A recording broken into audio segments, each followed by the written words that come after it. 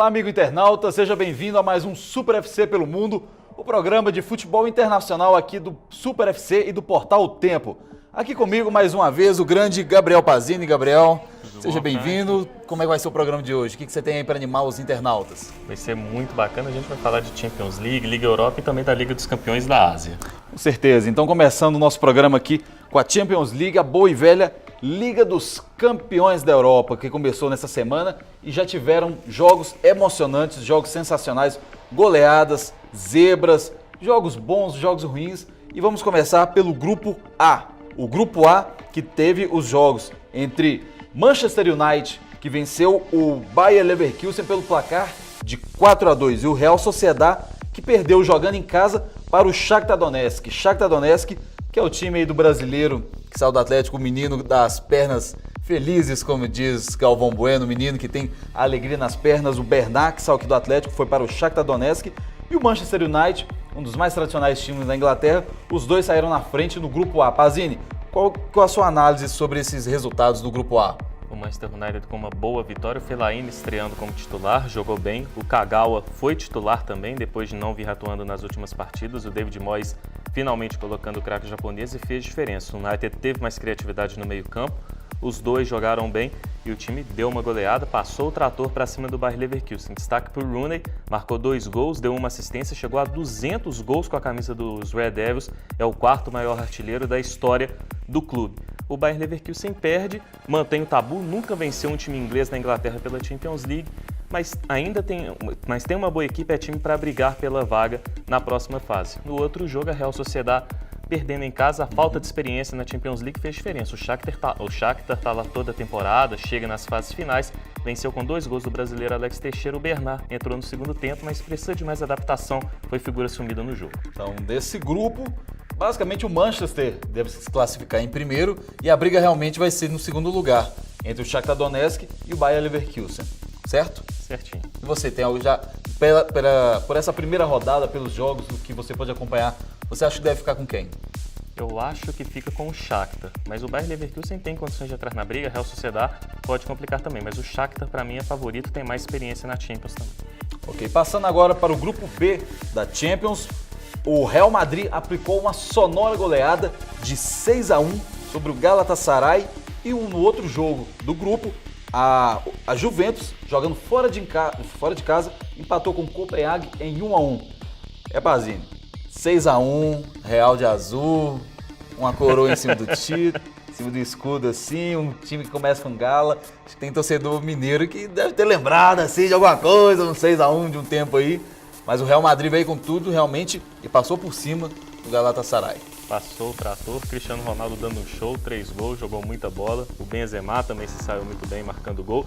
E o Real Madrid subiu tanto assim de produção em relação aos últimos jogos, porque teve um time mais estável.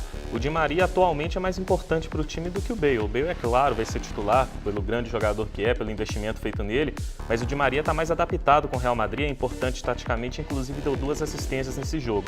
Além disso, o Khedira, voltando como primeiro volante, fez toda a diferença no meio-campo. O time produziu muito bem, o Isco deu assistência, jogou muita bola e o Modric, com o Khedira protegendo a zaga, atua melhor no meio de campo também. O Ilharramendi, assim como o Bale, precisa de mais tempo de adaptação. O detalhe final dessa partida foi o Casillas, né? Voltou a ser titular, mas acabou se lesionando outra vez, contudo não preocupa para a segunda rodada da Champions League. Ele deve ser titular na Liga dos Campeões e o Diego Lopes titular no Espanhol. Ok, e no outro jogo no Copenhague, Juventus também 1. A Juventus tropeçando, né? 11 finalizações defendidas pelo goleiro da equipe do Copenhague. Tropeço da Juventus, mas ainda favorita para a segunda vaga, o Galatasaray para o terceiro lugar. Realmente um tropeço que não deve atrapalhar as pretensões do time italiano. Já no grupo C, tivemos o Benfica vencendo o Anderlecht por 2-0 e o Paris Saint-Germain jogando fora de casa e aplicando uma goleada de 4-1 sobre o Olympiacos. Pazini, nesse grupo aqui também, nenhuma surpresa, os favoritos venceram na primeira rodada. Os favoritos vencendo, o Benfica com o show do Djuricic, o jovem sérvio, o Benfica que tem 6 sérvios no seu elenco, terra boa para os sérvios lá no Benfica. A equipe do PSG, o resultado é um tanto mentiroso, sofreu contra o Olympiacos, principalmente no primeiro tempo. O Olympiacos começou pressionando, o Sirigu teve que fazer grandes defesas, mas o PSG achou o gol com o Cavani. Depois do segundo tempo, o Lavezzi entrou na vaga do Lucas, o Lucas jogando mal, mostrando porque é reserva atualmente. O Lavezzi deu 2 assistências para o Thiago Motta. Destaque também para o brasileiro Marquinhos, titular na zaga ao lado do Thiago Silva. Levou uma caneta ali no golaço do Vaz, mas marcou um gol também, teve uma boa atuação. PSG que é o franco favorito do grupo. Sim, nesse grupo. E sobre esse grupo, então, a gente não tem nenhuma surpresa. Acho que é o grupo mais certo dessa primeira fase da Champions, né? PSG e Benfica totalmente favoritos. Certamente. Indo agora para o grupo D, o grupo do atual campeão da Champions League, o Bayern de Munique, aplicou 3-0 jogando em casa no CSKA Moscou. E o Vitória Pilsen perdeu para o Manchester City por 3-0 também. 2 jogos, 2 placares iguais, os 2 favoritos também vencendo. O Citizen, que espera nessa temporada ter um pouco mais de sorte, ser um pouco mais feliz nessa competição continental da Europa, não é, Pazini? É isso mesmo, né? O Pellegrini dando outra vida ao time, né? O Dzeko que estava mal, jogando muito bem nesse começo de temporada, marcando gols, marcando esse jogo. O Nasser é outro jogador recuperado pelo técnico chileno, deu 2 assistências nessa partida, foi bem. E a Yaya Touré foi outro destaque. O Manchester City sem muita dificuldade, sem Davi Silva e sem Jovetic, inclusive, passou o trator. Nessa temporada, acho que vai o Manchester City na Champions League. Do outro lado, o Bayern de Munique até mais fácil do que parecia. Todas aquelas questões táticas que abordamos muito no último programa mantidas, o 4-1-4-1, Land titular como volante, né, um desperdício, mas é o jeito, enquanto o Schweinsteiger não volta, o Schweinsteiger já deve voltar nas próximas partidas. Venceu até com facilidade o CSKA Moscou, os 2 favoritos do grupo mostram força, o CSKA perde um jogo esperado, fora de casa. Ainda tem time que pode surpreender? Pode, mas eu acho difícil frente aí o que o Manchester City está jogando. Ok. E no grupo E tivemos a primeira zebra da Champions na temporada 2013-2014. O Chelsea, jogando em Stamford Bridge, perdeu por 2-1 para a surpresa do Basel. E o Schalke 04 venceu o Steaua Bucareste por 3-0. Pazini, nesse jogo aí do Chelsea, por acaso José Mourinho deu uma de Luxemburgo, quis inventar muito e acabou perdendo ou não? Teve, né? A gente até comentou no último programa isso, né? O José Mourinho tá mudando muito a estrutura do time. Nessa partida, o Van Ginkel foi titular como volante, o Ramires estava suspenso, só que ele tinha o Mikel no banco. Ao invés de o José Mourinho colocar um jogador experiente, que já jogou vários Champions League como titular ao lado do Lampard, preferiu apostar num garoto. E o Van Ginkel não foi bem no meio-campo. Além disso, o trio ofensivo, né, o Oscar, o Hazard e o Mata, sempre tão bem, o José Mourinho mudando os 3 o tempo inteiro. Nesse jogo ele entrou com o Willian estreando, ao invés de usar um jogador já entrosado no time. Também fez falta, o Willian até jogou bem ali, mas abaixo do que pode. O Oscar acabou armando o time todo sozinho, o Chelsea não fez um grande jogo, base organizado taticamente, aprontou mais uma, né? Já aprontou para cima do Manchester United 2 temporadas atrás, chegou na semifinal da última Liga Europa, perdeu até para o Chelsea mesmo, agora vence o Chelsea fora, né? São pontos que ainda não atrapalham muito o Chelsea, mas o Chelsea vai ter que recuperar fora de casa. Começando agora, tem muita bola para rolar e o Chelsea é muito mais time no papel e em campo também. Mas, como a gente disse, foi a primeira zebra da Champions. Exatamente. Ok, passando para o grupo F, um grupo bastante equilibrado, não da morte, mas um grupo bastante equilibrado. O Olympique de Marseille perdeu em casa para os ingleses do Arsenal por 2-1 e o Napoli conseguiu uma vitória sobre o atual vice-campeão da Champions League, 2-1 em cima do Borussia Dortmund. Pazini, acho que desses resultados aqui, o Napoli não é uma surpresa, porque o Napoli contratou bem, vendeu jogadores e com isso conseguiu fazer um caixa, conseguiu fazer boas contratações e vai dar um pouquinho de trabalho, vai embolar esse grupo F aí da Champions, não é? Vai, com certeza. Para mim é o segundo melhor grupo da chave, o melhor time da chave. Eu acho o Borussia Dortmund o melhor time e o Napoli o segundo. O Napoli mostrando sua força, estado de São Paulo abarrotado. O Napoli fez um grande jogo. O Hansik jogou muito bem, o Insigne acabou com a partida, deu assistência, marcou gol de falta, jogou muita bola. No gol de falta, inclusive, o Langerak quebrando os 2 dentes, tentando fazer defesa, chocou com a trave. E foi um grande jogo, uma vitória justa do Napoli, que jogou muita bola, também teve Higuaín muito bem. Do outro lado, o Borussia Dortmund fazia um grande jogo, mas começou a sentir naquele primeiro gol, né? O primeiro gol tão polêmico, para mim, a reclamação justa do Klopp, mas não precisava se exceder tanto, igual ele se excedeu, né? Parecia que ia matar o quarto árbitro na linha de campo. Chegou até a ser expulso durante justamente, né? Parecia que ia enforcar o quarto árbitro ali qualquer hora. O lance em questão é porque o Subotic marcaria o Higuaín. O Subotic estava fora de campo quando ele entrou, não deu tempo dele chegar até o Higuaín, que acabou marcando o gol de cabeça. Foi uma reclamação justa, mas o Dortmund sentiu esse gol, sentiu depois jogar com 1 a menos contra o bom time do Napoli lá fora e acabou perdendo, uma vitória justa, mas Também uma derrota esperada do Dortmund fora de casa. É um grupo ainda muito embolado, vejo o Dortmund com boa chance de passar. No outro jogo, o Arsenal passando bem, Ozil jogando muita bola e principalmente o Ramsey, né? Marcou seu 6º gol na temporada, começa muito bem o meia galês. O Ramsey que tá vencendo aquela famosa maldição dele, que sempre quando o Ramsey marcava um gol, algum famoso do mundo morria. Já marcou o 6º gol e esse ano tá tranquilo, não morreu muita gente. Não morreu no dia, né? morreu no dia seguinte, né? Mas beleza. Passando agora para o grupo G da Champions, o Áustria Viena, jogando em casa, perdeu por 1-0 para a equipe do Porto, e o Atlético de Madrid, também jogando na Espanha, venceu os russos do Zenit pelo placar de 3-1, Pazini. Pois é, a equipe do Porto conseguindo uma boa vitória, gol do Lúcio Gonzalez, argentino. Foi apertado, mas uma vitória interessante do Porto, esperada também. No outro jogo do grupo, muito equilíbrio, o bom time do Atlético de Madrid venceu bem, o Ardan Turan com gol e assistência foi o destaque do jogo, e um jovem brasileiro, o Léo Batistão, que foi muito bem na última temporada com o Rayo Vallecano, marcou nesse jogo e foi bem também. Esse grupo que é outro muito equilibrado, Porto, Zenit e Atlético de Madrid brigam pela primeira posição. O jogo fora de casa vai fazer diferença nessa chave. Com certeza. Léo Batistão, guardem esse nome, viu? Léo Batistão, velho. Pode jogar muito não, mas vai dar muita piada ainda.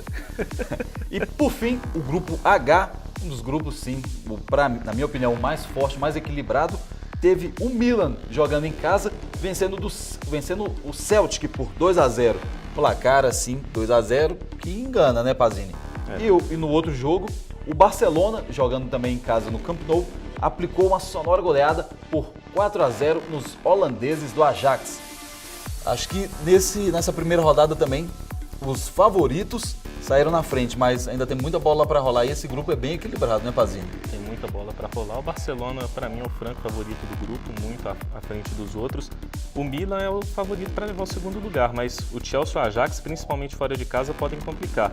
No jogo do Milan, o Milan sem Kaká, sem Montolivo e sem El Shaarawy, 3 titulares importantes, fizeram falta. O Milan não fez um bom jogo, no segundo tempo tomou pressão do Celtic, ganhou de 2-0 com gols ali nos minutos finais. A coisa podia ter sido mais complicada. O Milan foi eficiente, tiveram 2 chances e matou. Matou nas oportunidades que tiveram, o Milan foi lá e acabou a sua vitória, né? Foi uma boa vitória, mas com esse lado, né? Ao menos ganhou, né? Mesmo com muitos desfalques, conseguiu vencer.